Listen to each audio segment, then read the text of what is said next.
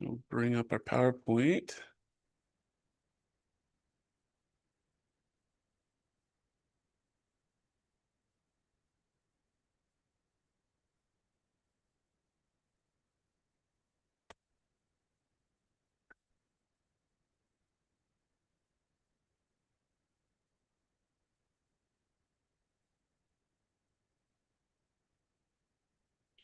All right. Oh yeah, I think we're good to go. My screen just did a funky little thing, but I think it's okay. So as I mentioned last Thursday, I think the content that we're going to talk about more than getting into, the percentage of people who end up with substance abuse issues, percent, and all those kind of more statistical, basic knowledge thing is I want to get into more of the depth of it to understand what leads people to use substances or have an addiction of some type. Okay, so um, and so that's where we're going to start after we do this kind of. This is more kind of introduction of the why, of the what, and then we will get into different types of prevention. So primary prevention, trying to make it not occur in the first place. Secondary prevention, is when we're getting ready to intervene and get involved with correcting behavior.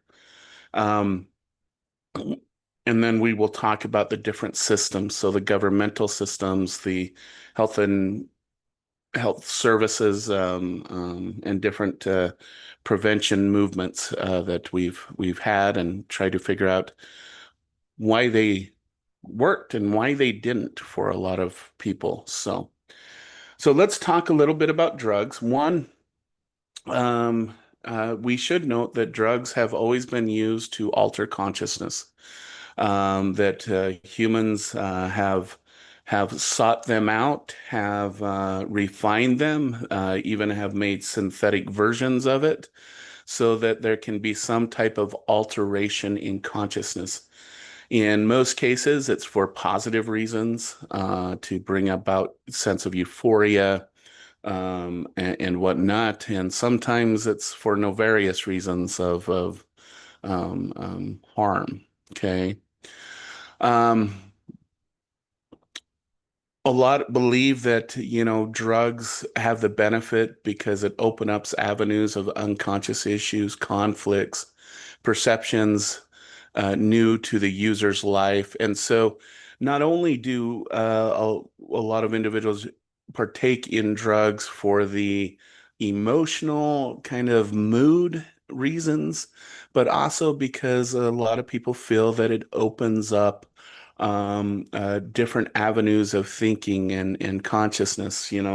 It's kind of some kind of real life examples is, for example, the alcoholic who says they're more acute and can drive better under the influence of alcohol than when they're not consciously altered. That's one example of perceptions by the users. Others is as if a lot of individuals who use cocaine say it provides them, it opens up their mind, it gets them energy, they feel unstoppable, those kinds of things. Okay.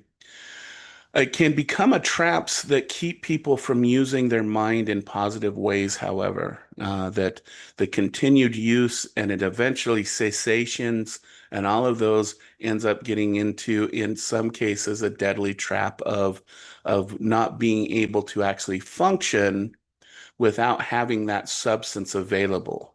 Um, and then there's other consequences dependent upon the substance that can lead to negative hallucinations on one end, or not being able to actually feel without that drug or alcohol or substance in them. Okay. So it becomes almost a substitute for the individual. Drug use also then becomes very unrealistic and neurotic when it becomes an addiction. So when a person gets to the point where they feel that that drug or that thing is much more important, it sustains them, it's what gives them the ability to exist, that's when we're starting to look at the transition from the substance being positive in the beginning and then ending up being an addictive process in the end. Okay. Um, but again, the things that should be noted is that drugs have been used by almost every society we've ever studied. Um, and whether you consider refined drugs, such as those pharmaceuticals or homeopathic drugs, all of them have a singular purpose in altering one's consciousness or their current state of being. Okay. So there's some models, though, that when we get from using the substance, occasionally, or I don't even like using the term appropriately, but as in some cases that can be it, going from non-addiction to addiction. There's some models that and factors that we should consider, contributing factors that we should consider. And so when we get into these theories, it's important to understand that no one theory or reason to explain the causes of addiction and alcoholism. Okay, so you probably have heard of the medical model that defines addiction as a disease process, much like cancer or diabetes. It's a disease, it's a physical disease. And then there are trauma theories that addiction and alcoholism come out of of traumatic experiences and trauma and whatnot, that creates that addictive process. So there's the life experience model. And there's also the systems approach that alcohol and substance use is a public health issue, that places where addiction and alcoholism tend to be rampant tend to be places where there's low level of social cohesion, there's low levels of the employment issues, there's all kinds of social economic processes that play into the addiction and alcoholic process. Okay. The issue, however, is not all alcoholics and addicts come from a deprived social economic status or area. Not all addicts or alcoholics have a history of trauma.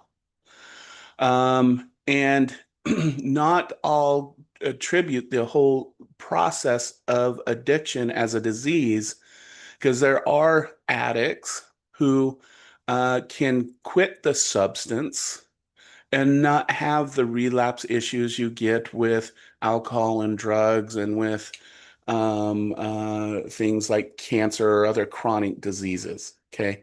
So it's kind of a combination and needs to be individualized. We should say one of the biggest barriers to helping people with addiction is that early models tended to label the alcoholic as inherently weak or unable to control their consumption of alcohol. Okay. And others models have argued that alcoholics used alcohol in a pathological manner to block out memories of unpleasant or personal experience. That trauma example. But I just do want to just kind of emphasize where do we really draw the line between alcoholics and people who drink? And we can bring up some Western examples. During the building of the Greek city-states and the Roman Empire, within the city limits and everything, it was safer to drink wine and alcohol than it was water. So they functioned, those great societies, as they say, functioned with basically people who were getting drunk every single day. You'll note that Jesus didn't turn wine into water, he turned water into wine, going back to that adage that for a good portion within at least Western history, alcohol was seen as more safe than water to drink and more healthy for you. And where does this label of weakness or unable to control come from? It comes from the notion that a person who acts on their inhibition is an alcoholic, that the one that gets aggressive, the one that can't control their bodily functions when they get intoxicated, those kinds of individuals are the ones that tend to be considered the weak or unable to control their consumption. Okay. And then as we progressed, water safety increased, food safety increased. It became healthier then to drink water. And so everyone else that was remaining drinking alcohol and everything else was considered weak as well because they weren't able to, again, adjust to the times, as you would argue. So there's issues with this idea, especially within Western models, to state that weakness is part of the consumption because in the early years, weakness meant they couldn't control their behavior. In later models, it's because they couldn't choose a bottle of water over a bottle of alcohol. Okay. So it's adjusted over history. Okay. Okay. But I did want to go back really quick on this inherit weak or unable.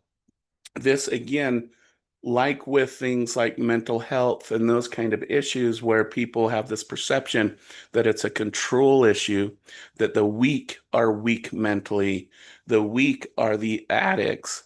This is one of the bigger contributing factors of why it's hard to access and prevent these things from happening because they become part of a person's private world and that they deny that they're a weak person because they can't control their drinking or their use. So I just want to bring this up because this is barrier number one we have with dealing with when we're working with prevention and intervention services.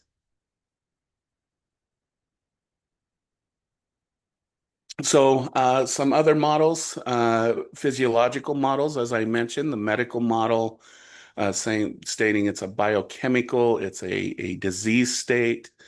And then there's also the interactionist model that looks at things like genetic propensity, the social world, the psychological and environmental factors that can cause individuals to develop a problem. This is that more systems approach and looking at vectors of disease that contributes to alcoholism within a given community or a given situation that a person finds themselves in. Um, Early theories on why people get into the addictive process. One of the first was TRT, or what is known as tension reduction theory. Early research focused on tension reduction and relief from stress as a primary reason for alcohol and drug use. And it's still considered one aspect of drug use today that it's used as kind of this escape from reality, the real world. Um, but it involves something called homeostasis. Individuals use alcohol and drugs to balance out stress, anxiety, emotional tension and conflict to deal with the stressful world that an individual lives in. We use drugs and alcohol to reduce the tension. Okay. And again, this has been used, for example, with combat veterans and people who have post-traumatic stress disorder that is non-combat related. There's a high probability of overuse of drugs and alcohol when you have PTSD. And this is kind of that idea is to reduce those PTSD symptoms.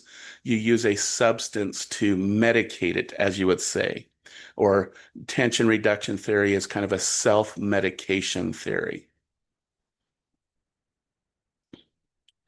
Etiological models focuses on the discomfort and tolerance to stress as a major factor. Again, going back to that last one, individuals have biological variation in the level or tolerance of stress and stimulation.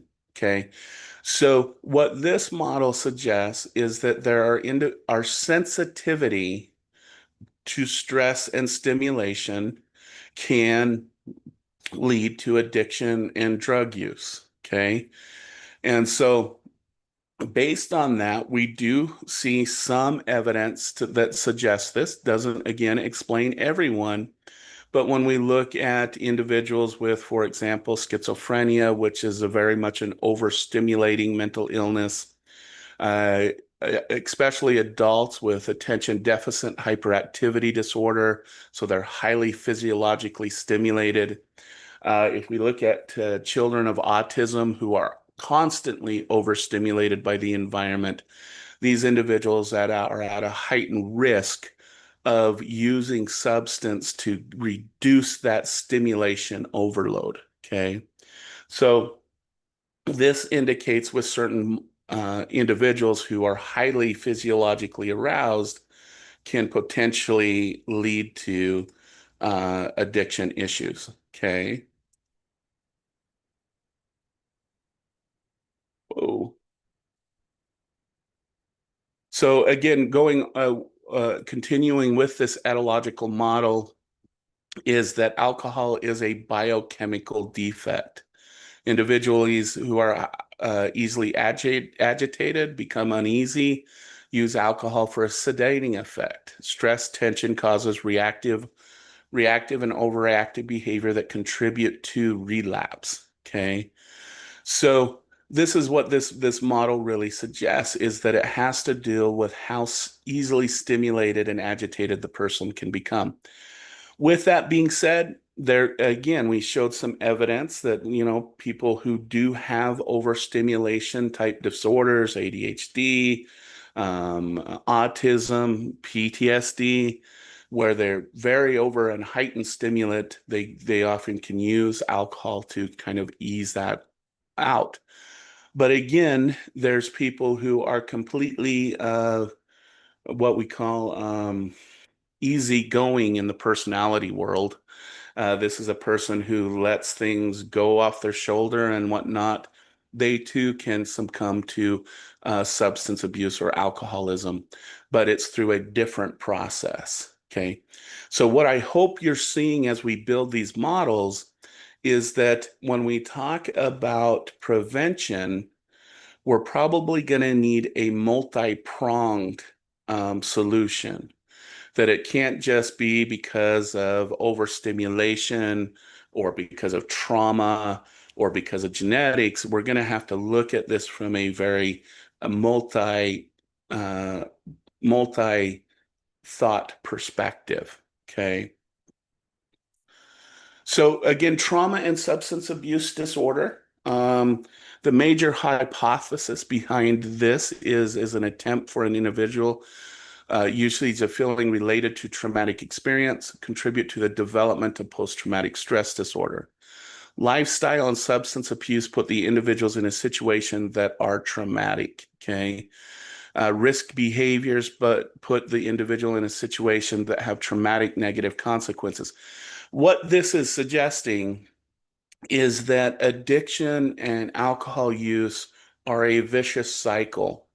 When in a situation where a person continues to have a trauma, uses alcohol to relieve that trauma or a substance to relieve that trauma, but that leads them into even making more trauma and making more poor decisions and more risky behaviors, which then leads to more trauma, more substance use.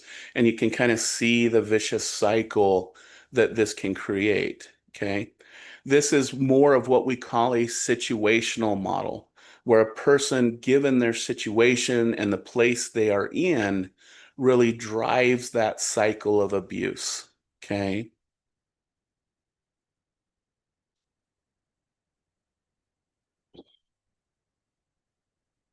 Okay. I think we already talked about this one. I go in the right direction?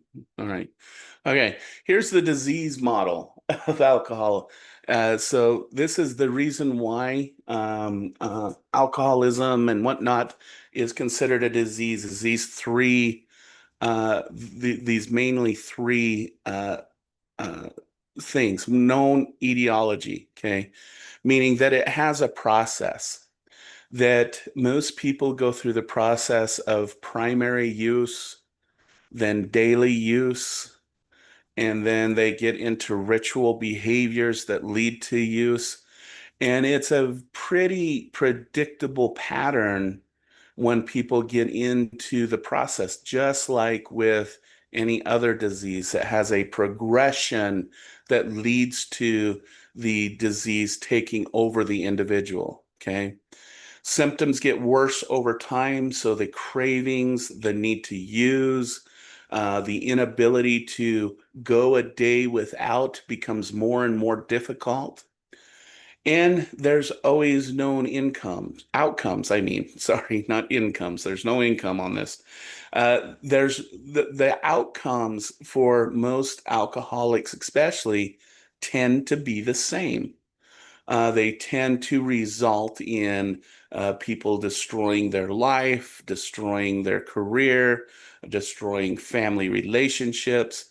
And so the outcomes tend to be very, very similar. Okay. And that's what we see in most diseases. Okay. They follow specific patterns that then lead to specific outcomes. And then we do include kind of the genetic influence in disease models, assume multiple biological risk factors interact with psychosocial factors. Okay. That it's a triggering type of disease that requires certain environmental factors to be in place for it to start its process of to start its disease process.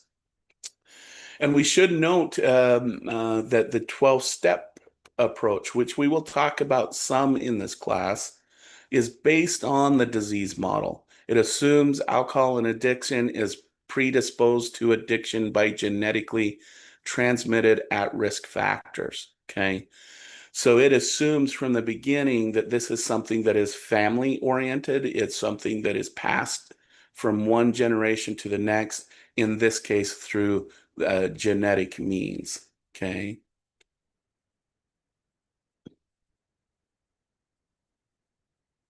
We won't go through this right now. We'll come back to that a little bit later. Okay. But this can lead to some of the genetic models of alcoholism. So groups of illness in which influence of genes and other environmental ebbs and flows over the course of an at-risk lifetime. So, and where some of the evidence for genetic predisposition, we can use that term, comes from adoption studies. So adopted sons of alcoholic parents are 4 times more likely to become alcoholics. Okay. Sons of alcoholics, biological parents are more likely to be classified as alcoholics at an early age as well.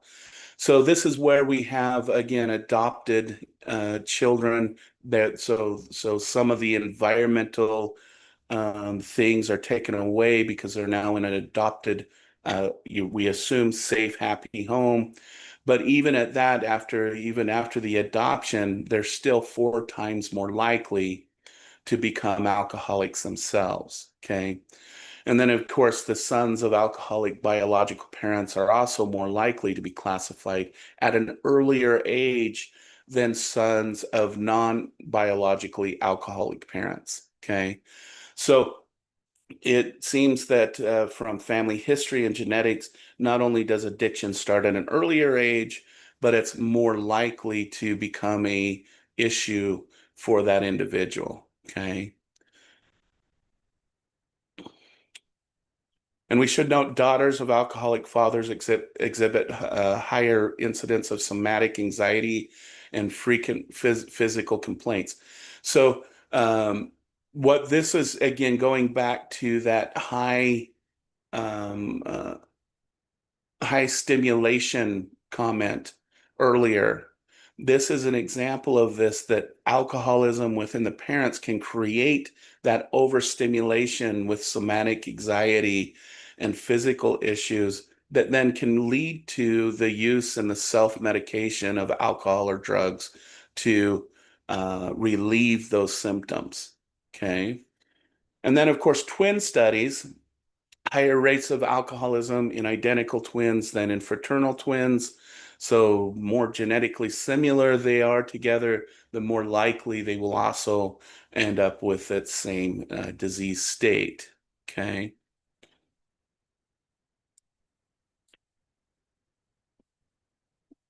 And I do apologize. I know I'm probably going through this pretty quickly. I'll post these and I'll actually put a chapter of a book that explains this in more detail. My goal right now is just to see the multifaceted issue of addiction. So I apologize if I'm going too quick. Um, we can also, though, look at things like personality and psychological vulnerability. Okay. So, is there something called the addictive personalities? And it labels all alcoholics and other addicts as possessing a particular personality that leads to addiction and compulsive behavior. That's the assumption of this model. And what it means is that some individuals have what are called psychological vulnerabilities. Okay, these are personality traits that make a pattern of substance dependence more likely to develop. Okay, so is there something that is really known as the addictive personality that can lead to addiction more easily? Okay. Well, we find, at least from the literature on personality, it's a three-dimensional thing. Okay. So, individuals who have a personality trait of harm avoidance, so it's cautious, apprehensive, fatigable, and inhibited. Okay, that's one trait. And then reward dependent. So they're ambitious, sympathetic, warm, industrious, sentimental, persistent, and moody. And then another potential trait is novelty seeking. So this is someone who is impulsive, excitable, exploratory, quick-tempered, fickle, exaggerative. Okay. Any one of these personality factors can lead to a person being more susceptible to addictive patterns. Okay. Um, we should note that narcissism and borderline personality disorders have the highest correlation with substance abuse. So you may all know what narcissism is. That is extreme self-love for oneself, as Sigmund Freud once put it. It is this attitude that me and only me matters, and my opinions matter, yours don't. You're less than I am. That's kind of a narcissism or narcissistic personality. Okay. Borderline personality disorder is if you kind of think of the word borderline and imagine a person walking constantly on this line between sanity and insanity. And you may not know from one day to the next which side of that border they're working that they're living in. Okay. But what is this thing borderline? Okay. So borderline personality disorder etiologically looks a lot like bipolar disorder, where a person goes through high manic phases and then very low depressive phases. Okay. But unlike bipolar disorder, this is a self-destructive model. Okay. In that with a person with borderline, they start at rock bottom and then they start building themselves back up. And then when they get to the moment of success, they become very self-destructive again and they spiral back down. Okay. And they go through this pattern constantly. When I worked with borderline personality disorder, I did it with young teenage girls, and I will tell you what, they were the hardest to get through high school because they would get a week or two out from graduating from high school and go completely off the grid, start doing high risk behaviors, get deepened into substance abuse, doing reckless behaviors, destroying everything to make it so they didn't graduate. Now, I'm not saying they do this consciously, but that's kind of the what happens when they go through the spiral phase of borderline personality disorder. Both narcissism and borderline personality disorder tend to come from types of family trauma. Okay. For example, borderline personality disorder tends to be tends to be linked to families who have histories of abuse in the family. So the person with borderline may have been physically, sexually, or mentally or psychologically abused over and over and over, and the family sweeps it under the rug. They don't acknowledge it. They don't allow the person to say, hey, I'm being abused. They tell the person things like, if you tell your teacher, they're going to break our family up. So don't tell anybody about what's going on. And those kinds of things. And this tends to be one of the major um, contributors to the development of borderline personality disorder. Okay. And if you can imagine, both narcissists and that use substance at really high levels to deal with, for the borderline, to deal with that trauma and that recklessness, to feel something better or to try and feel normal for just a little while. And the narcissist tends to use it in order to continue their grandiosity, especially in the face of things like criticism and those types of things. Okay. So this is kind of the personality development area. And again, what I hope that you see is that a lot of our prevention models probably should start in early family prevention. Okay. That really, if we look at this from this personality perspective, these personalities develop through early childhood and into adulthood, and then can lead to not only the problems associated with the disorders, but associated with addiction and substance use. Okay. So again, marking, if we have our little list of prevention things, early intervention, early prevention is probably one of those things that should be on our list. Attachment and substance use, and this is just going to again connect early childhood and whatnot with the use of a substance, is disruptions in attachments create problems in connection. Difficulties in interpersonal bond disrupt self-compassion and compassion for others, and alcohol and drugs are used to compensate for that disconnection, dissatisfaction in relationships, and alleviate pain and suffering. All right, so this one comes to a coping mechanism to deal with things like social rejection, loss of a loved one, I mean, if anybody remembers, you might have been in one of my earlier classes where I mentioned John B. Watson, who was the famous guy who did he did the Behaviorist Manifesto. He did the little Albert experiments. He spent the last 10 years of his life isolated in his house because of the death of his spouse. And he did not come out of his home. All he did was drink himself into oblivion for those last 10 years. And we can see this also with others individuals who, when we get into talking about minority populations, LGBTQ populations, we see this propensity of social rejection in the world that can lead to the heightened chance of substance abuse. Okay.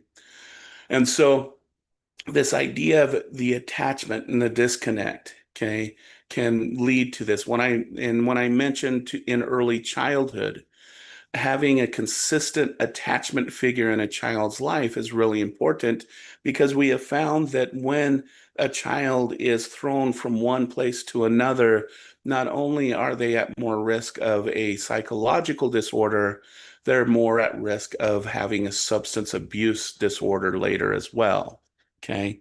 So these are some other areas that we should look at is attachment, personality, and whatnot. So again, if we're writing a list on prevention, social connection, feeling a sense of belonging, dealing with grief and loss should be part of our prevention strategy. So this is, I think, number 4 or 5 going on our list. And then, of course, we've kind of talked about this with all of these models, but the self-medication motive, that drugs are purposeful attempts for the user to get rid of painful affective states, manage psychological problems and disorders, even physical disorders that are painful, and pain issues, okay? Explore to help users identify why they're taking the drug and learn how to better cope with affective states and psychological problems, okay? So the self-medication process is this idea of alleviating, again, going back to a negative or uncomfortable state through the use of substance. Okay.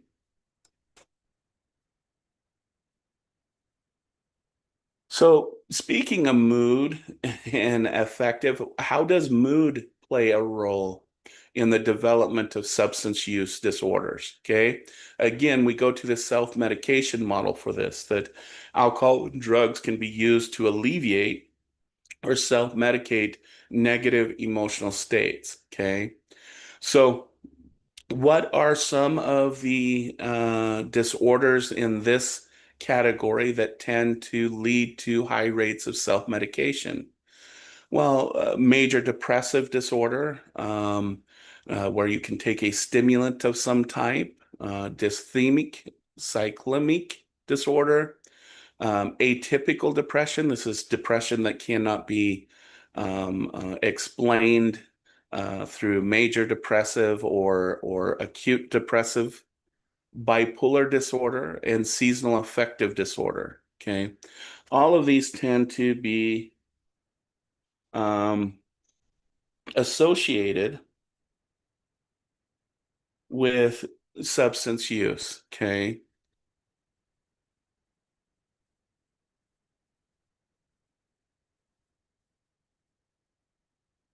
specifically when we're looking at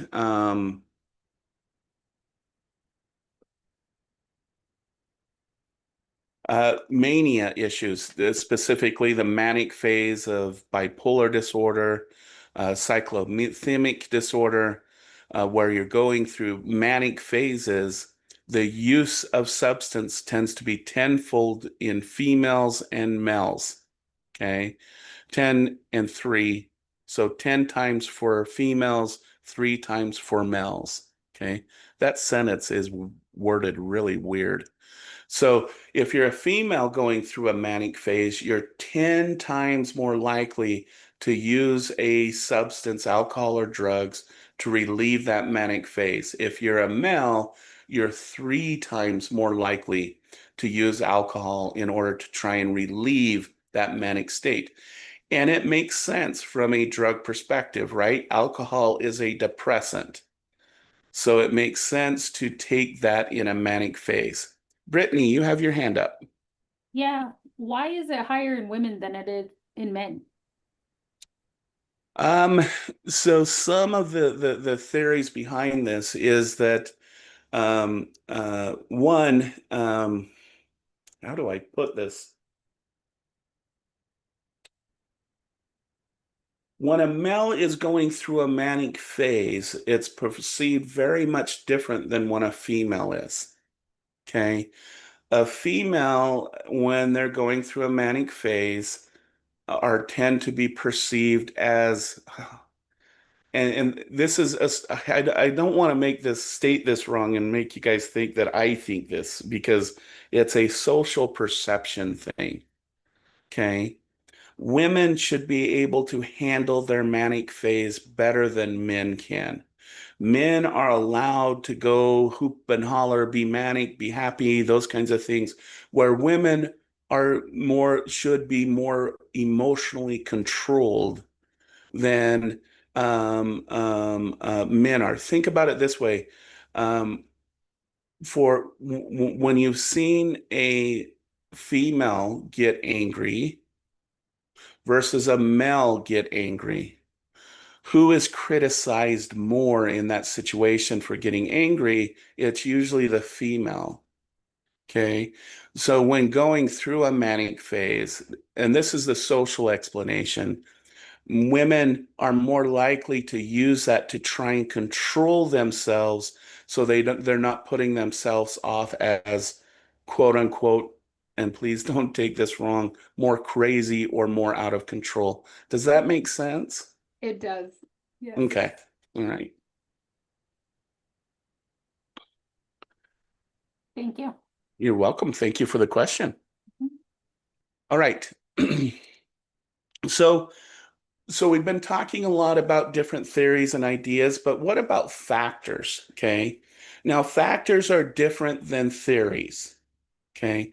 Factors are things that contribute to the use of alcohol and drug more than chance levels. Okay. So what this means is, again, usually within these, it's about 75%. So if these things predict this at greater than 75%, we consider them a contributor to alcohol and drug use. Okay. And so we find that these tend to predict substance use greater than chance. Okay. So what are some that use in the family? So imbalance in parenting. So one parent is doing all the parenting and the other parenting is not doing anything. Not only does that lead to substance abuse in the parents, it can also lead to substance abuse with children. Marital discord, alcohol addictive behaviors between each of them. So the factors we've already talked about. Imbalance and dysfunctional family interactions. So interaction with people beyond the one family unit, with parents, uncles and aunts, those kinds of things. If those tend to be unbalanced or they tend to be dysfunctional, can lead to substance abuse. Significant trauma and stress in the family, physical, emotional, sexual, and psychological violations, inappropriate boundaries, specifically between the parent and child. Okay. And shame, abandonment, and rejection. Okay. And I think if you look at this list, it's probably not too surprising. When you look at this list, it's kind of like, okay, this makes sense why this would lead to use above a chance rate. Okay. Um, So this comes up with, now what's a family model? So those factors that deal with family, now what's a model that we can use to um, uh, account for this? Okay. One, when substance use is an aspect of the entire family, the aspect in all of family life. Okay. States that the family model states that alcohol and drug addiction and dependence are a family disease, dealing with genetic predispositions to alcoholism. Okay. And alcoholic parent and parenting types tend to be very rigid and insensitive to the children's needs, and tend to be more likely to be cohesive or abusive in nature. Okay. So when we're talking about alcoholism as a family dysfunction, one, we need to look at the parents, and two, the family attitude towards alcohol and drug in and of itself. Okay. So what it means by include all aspects of the family life is you drink at every birthday, at every holiday, there's no place in the family unit where alcohol is not involved in some way. And this is what it means that it can become a family model and a family disease. Okay. So think about that from a prevention perspective, right? Is a good prevention model would probably set up opportunities to have family time without a substance being there or being available. Just an idea, but something to add to our list as we start to think about prevention based on these different models. So, what about adolescence? Let me look here.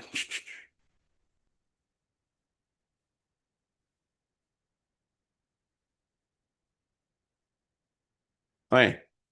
So, interesting thing about adolescence is we actually need to correct this model. So these are the factors that have are believed to lead to abuse of drugs. Okay. The first one is peer pressure. So if we use this acronym PEACE, pressure from peers. Okay. Now, here is some good news, or some what we would, I think in a class like this, we would call it sobering news, is the current newer generation, so individuals under the age of 30 right now, actually drink 86% less than the older population, so Gen X and Gen Z and the boomers. Okay, the use of alcohol is becoming less and less a common thing. In fact, I was listening to the news the other day, and there a lot of younger generations are opening what's called water bars, where you have different types of water with different minerals and so instead of alcohol, you go drink shots of water. I thought it was kind of interesting, but it emphasizes this point that substance use is actually on a significant decrease um, than other generations. And one of the very clear, glaring findings is that the younger generation tends not to give in to pressure from peers for substance use, which I know it probably surprises a lot of people because you look at social media and you go and you look at the suicide rates because of not living up to their peers' expectations on social media and whatnot. So those are risk factors definitely. But when it comes to current substance use, peer pressure tends not to be a significant contributor to why adolescents are using drugs right now. Kind of an interesting kind of, we might need to change piece factors eventually. Okay. E is for escape, so it's used to get away from life, get away from all of the issues that come from teen life. The availability of drugs, easy access to them, curiosity, the need to experiment. But probably the number one factor, and I looked this up the other day, is the feeling of emptiness. Okay. The feeling that why am I here? The feeling of I'm not developing a strong, healthy, significant identity or purpose in life. Okay. We tend to find, and the literature kind of speaks to this, that, you can have alcohol and drugs highly available. Whoops.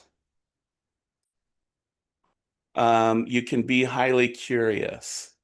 You can have moments of stress and peer pressure, but these absent of emptiness really don't have a predictive value, meaning escape, availability, and curiosity tend to be less than chance rate unless emptiness is part of the equation. Okay. So again, when we're looking at prevention in adolescence, we really need to look at what value our kiddos are giving to themselves. What purpose are they developing? Okay. And we'll go into a lot of kind of really cool research into what happens when we make our adolescents feel like they're part of a community and have purposeful, driven lives, have a sense of who they are. There's some really cool things in research lately that has come out on this, and I think it's kind of exciting. And so this comes to what that emptiness part is this idea of a poor self-concept. Okay. So sense of self, you're less static, active, choices by the individuals comes from within to the outside world. Families that do not promote a child's sense of self causes them to be emotionally disabled. Okay. And kind of want you to think about that. And that emotional disability in and of itself then can lead to that emptiness and substance use that I just talked about. Okay, I think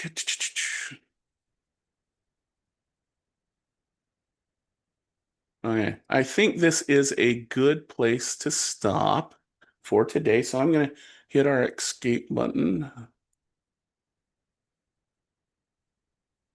gonna stop our recording for today. Hold on just a second.